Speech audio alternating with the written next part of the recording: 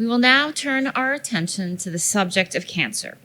Please welcome Dr. Danielle Carnival, Deputy Assistant to the President for the Cancer Moonshot and Deputy Director for Health Outcomes at the Office of Science and Technology Policy at the White House. Welcome. Thank you. Well, thanks for joining us, Danielle. So, big question, and let me tee it up. Where are we on Cancer Moonshot progress, and what are the biggest challenges moving ahead? Yeah, so that's a big question. How much It time is. do we have? 15 minutes. All right. I think, so as you know, Cancer Moonshot started back in 2016, but the President and First Lady reignited it almost 2 years ago now. Okay. As part of this administration, and set new goals to reduce the death rate from cancer by at least 50% over the next 25 years. That means saving 4 million people who otherwise would die of cancer by 2047, based on current trends, and to improve the experience. So we've made a lot of effort across both of those. When you say improve the experience, I just want to stop you. What do you mean by that? Yeah. So we know that people get a cancer diagnosis and Right. are faced with lots of decisions. They're faced with financial toxicity, they're faced with loss of job, they're Right. faced with caregiving challenges. And so how do we make sure that we're not just saving and extending lives, but making sure that people are treated as humans Right. through this process, and that we have as many tools in place to help them survive and thrive through their treatment.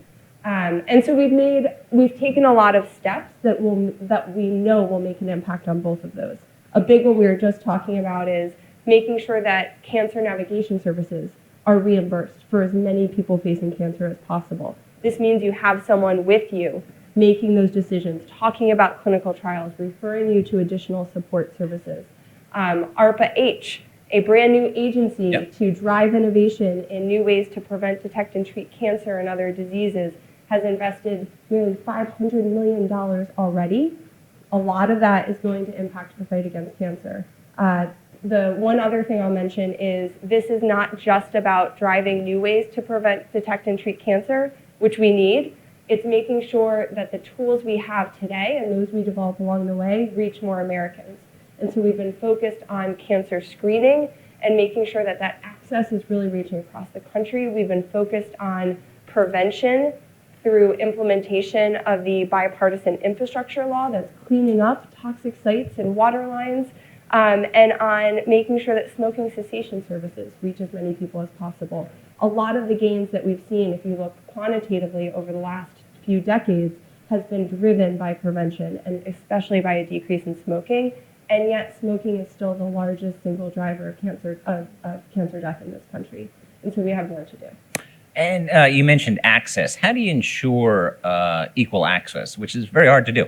It is. I think the first step, and one that the President has been a huge supporter of for decades, is making sure that as many people as possible, as many Americans as possible, have access to healthcare coverage. And so we've continued that push, we've continued that fight.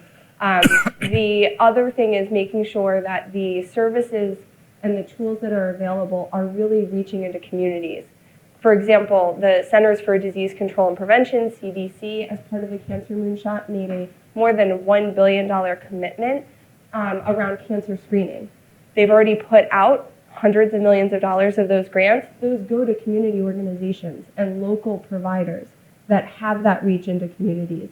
The other place we've done that is through HRSA, part of HHS that works with the federally qualified health centers that serve some of the most underserved and low-income parts of this country. And they also have been doing a lot of work on outreach, on cancer screening, and they've partnered with some of the best cancer centers in the country through the NCI Comprehensive Cancer Center Network, so that when someone, screening is really important, but getting someone through to diagnosis and appropriate care is the rest of the pieces of that puzzle. And so now the federally qualified health centers are partnered with those cancer centers, and people have a pipeline to receive good care. Well, let's talk about innovation, because you get to see behind the curtain, right, of what's coming. Mm-hmm. What is coming, and what are you excited about? The good news is that there's a lot to be excited about. Okay. I think from the original investment from the Cancer Moonshot in 2016, where in a bipartisan way, We received $1.8 billion over 7 years for the Cancer Moonshot through the National Cancer Institute. We are seeing the outcomes of some of that work already in understanding what's driving pediatric cancers, in understanding more around brain cancers, which has been such a challenge for many reasons. As a neuroscientist, I understand some of them, but have been such a challenge for many reasons. And now we've seen ARPA-H come in, and ARPA-H is meant to be an additional tool in the biomedical research toolbox to look at problems in a different way, to really pay for success and delivery and drive innovation through making sure that we're not just delivering a new tool, but that it is actually reaching people. So they've set up this network across the country. But I think what I'm excited about is we, more than ever, are seeing an understanding of risk that is going to get us to earlier diagnosis. And we know that earlier diagnosis improves outcomes. And so while immunotherapy and targeted genetic treatments for some cancers have shown a huge impact on changing outcomes for people facing a cancer diagnosis, what's going to get us to our goal is really getting more people an early diagnosis when we have tools that can get them back to their lives. We live in an age of misinformation, and that is especially true in healthcare. How does the government deal with that, or how do you deal with that to make sure that people aren't scammed or their health is harmed? Yeah. What's the administration doing on that kind of stuff? Yeah, it's a big challenge. I think it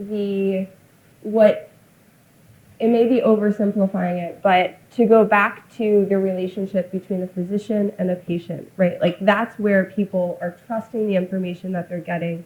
That's where they're making their decisions. And I think keeping that trust relationship is a responsibility of all of us, and something that we're paying a lot of attention to. The other thing that may not be an answer that's expected is there are lots of risks with artificial intelligence. And we're working really hard on making sure that we're mitigating those risks. But there's also a lot of opportunities. Sure. And one of the opportunities that I think is going to make a huge impact in healthcare is the ability for people to get targeted information in a language or in a culturally appropriate way that they can receive and act on. And so as we build these AI systems, it's not good enough just not to introduce new bias through AI, which is a huge concern, but to use AI in healthcare to really improve equity, improve the ability for people to get the information and knowledge that they need to make preventative healthcare decisions, to get access to early screening and detection, and to make decisions throughout their health journey. You mentioned that this cancer initiative was a bipartisan effort in Congress, and I remember it was moving through, and it was touch and go whether it would get through. And then, legislation passes, and it kind of fades from the headlines. But the implementation is a big deal for government agencies. And I know that was a while back, and you said that we're already seeing good outcomes from that legislation, but it does take years. How do you coordinate with all the different myriad of health agencies? How does that work behind the curtain? Yeah, so in 2016, there was a lot of work done to set that up, and I think that's one of the reasons that the Cures Act, that bipartisan members of Congress came together, because the entire community came together and set out priorities for what should be done. And federal agencies, NCI, because they got a large amount of funding, and that of course saw that through.